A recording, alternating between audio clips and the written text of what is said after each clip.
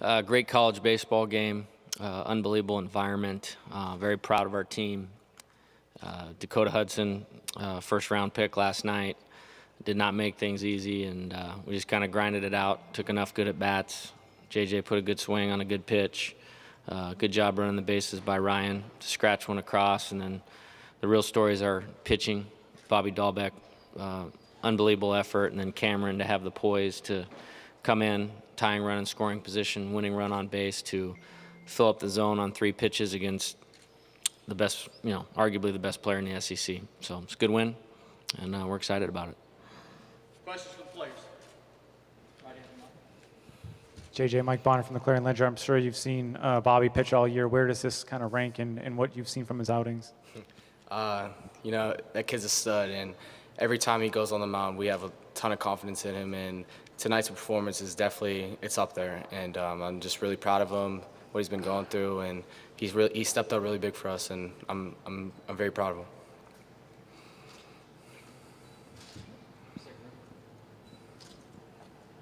Cameron, first, your thoughts on Bobby's performance, and then second, this is the second time in a row you've come in as kind of in a closing role.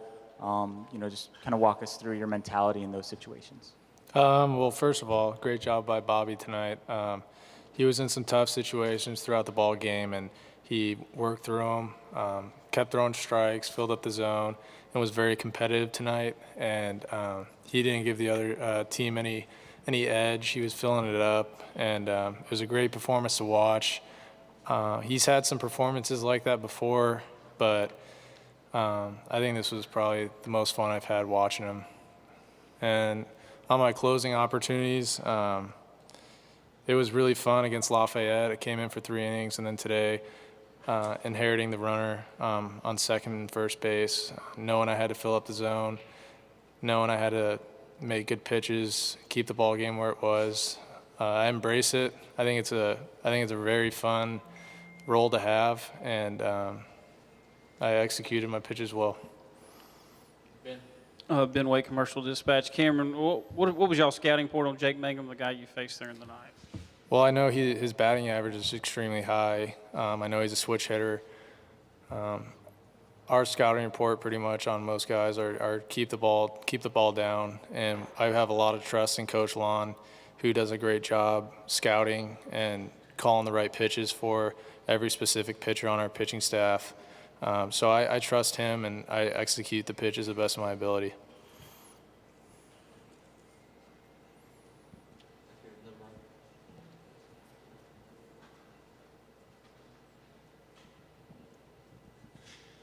Cameron, I noticed that you guys were playing some sort of game during the delay. What is the name of that game, and who plays it, and how do you win?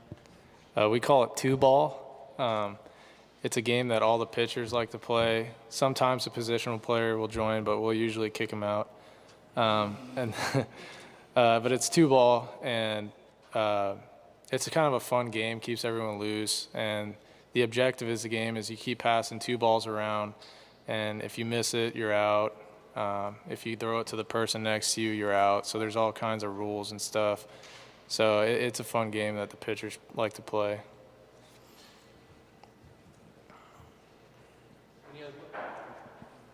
JJ, walk us through the at-bat on which you got the hit. What was the pitch? What were you looking for? What were you thinking about in that situation? I was just looking for the ball up, something up to drive, and I knew Aguilar had some speed on first base. So, I mean, if I just put it in play, he does what he does and run the bases.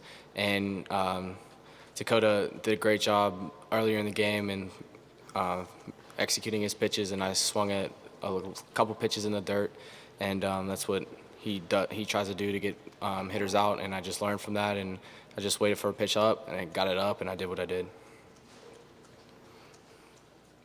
Any other questions for the assistant athletes? All right, thank you, gentlemen. You're dismissed. Thank you. Take questions for Coach. We'll start in the back. Hey, Jay, David Brandt from the Associated Press. That obviously, over here, Coach. Obviously, the power outage was not at a great time for y'all, and Dahlbeck really seemed like he was rolling at that point. I mean, just Can you talk about the discussions that you had and just how frustrating that was, and then how nice it was to see Bobby come back and do so well? Well, I knew he would respond extremely well. That's who he is. That's who our team is. I don't have anything to say about the power outage.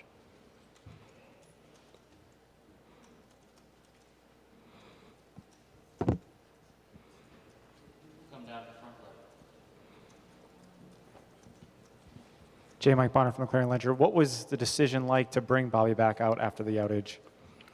There was no decision. I mean, they didn't hit too many balls hard all night. I thought he had great deception. They weren't picking him up very well. His ability to stay hot during the delay, he did a good job. We simulated a little bit about what he does to go out in the first inning, and the games committee umpires were good about allowing him the time that he needed to get ready. And if we're in this for the student athletes, that was the right move. And he did a nice job preparing. And, you know, it was a little wobbly there as he hit the first guy with 2 strikes, but then he got an out, and then Cody Raymer's play was the play of the game. I mean, if that ball gets through, it's 1st and 3rd and 1 out. Instead, it's 2 outs, man on first, and it also had us in the right part of the lineup for him to be able to extend in the 9th inning. Hey, Jay, Bobby seemed to really find his stride 3rd, 4th inning. Is that typical of him, or is this something different tonight? Well, he's my favorite kind of pitcher, a pitcher that can start and then a pitcher that can finish games as well. The last 3 outs are always the toughest to get. So in reality, no, because we've brought him in when that's the tying run or winning run on second base, and you got to get us out of this, and he's ready. You know, it's a big day for him. He's drafted by the Boston Red Sox, lifelong dream. I think he played for the Red Sox when he was like in Little League. And, you know, there's a lot of emotions with that. And it's strange timing that that's going on with, you know, this going on. And it probably just the crowd. I mean, this is a pretty special environment out here. So maybe it took him a little bit to settle in today and get straight, but he did. And the best thing he did early in the game was he made pitches when he needed to, and then he really settled in and he commanded the game. We had all the momentum in our dugout from about the 4th inning on, and had everything to do with him up on the mound. It's funny that you said the Raymer play was the play of the game. John Cohen said the Aguilar play right before was the play of the game. How big were those 2 plays, you know, in kind of, you know, keeping things under control in that inning? Huge. The defense that we've played is very good. For a big part of the year, we were in the top 10 in the country in fielding percentage. I don't know that we finished there, but a big part of it is Ryan and Cody. We moved Ryan to first base in January. He's a great athlete, and he's adapted well and made plays like that all year, and he's continued to get better. And then, you know, Cody Raymer's a stud. I didn't get a chance to see if he did get drafted today, but there's 30 organizations that need to have him really high tomorrow because he's a great player. Ben White, Commercial Dispatch. Wasn't it an easy decision to go to Ming just to put Mangum on the right side there in that last at bat? I don't know if it's easy. You know, when you're playing a great team like Mississippi State with good players throughout their lineup and a lot of good arms in the bullpen, all those are magnified. And it could have been in the 7th inning with 2 outs and a man on scoring position, and we might have had to make that decision. Cameron's makeup is really strong, and if you're going to be a Friday starter, if you're going to be a closer, your makeup's got to be pretty special. And the 2 guys that we handed the ball to tonight have that. And Bobby and Cameron, they both displayed it. Coach Steve Robertson with Dogs Bite and Gene's Page. Is it pretty much a done deal that Bannister pitches tomorrow? Jake Arrieta's pitching tomorrow for us.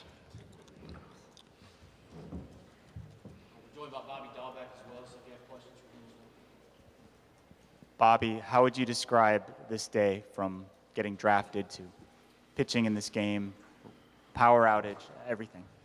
It's a whirlwind. It's been pretty wild. You know, I didn't know what was going to happen this morning, and then it ended up working out for me. And then, you know, just did my thing up on the mound, just got ready, prepared, kept a really narrow focus, and, you know, got the job done. Bobby, John Cohen said you seemed like you got stronger throughout the game, a lot of strikeouts late in the game. What were you able to do to continue to fool them throughout the game? Just being able to mix speeds on both my breaking pitches, you know, not really giving them the same look. You know, if I threw it 2 times in a row, I wanted to throw it at different speeds, you know, and then back-to-back, just, you know, keeping them off balance with that.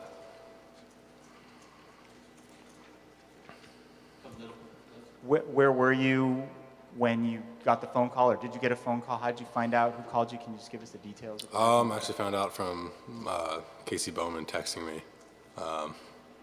They didn't call us, the Red Sox didn't call me or my family, just saw it on Twitter pretty much.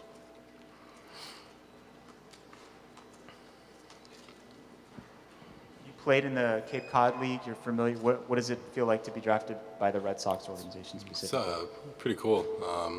Yeah, I got to play out there for 2 summers for Orleans. And, got to do those workouts in Fenway. And I think it's everybody's dream to be able to play in Fenway. So, this is obviously a step closer to that.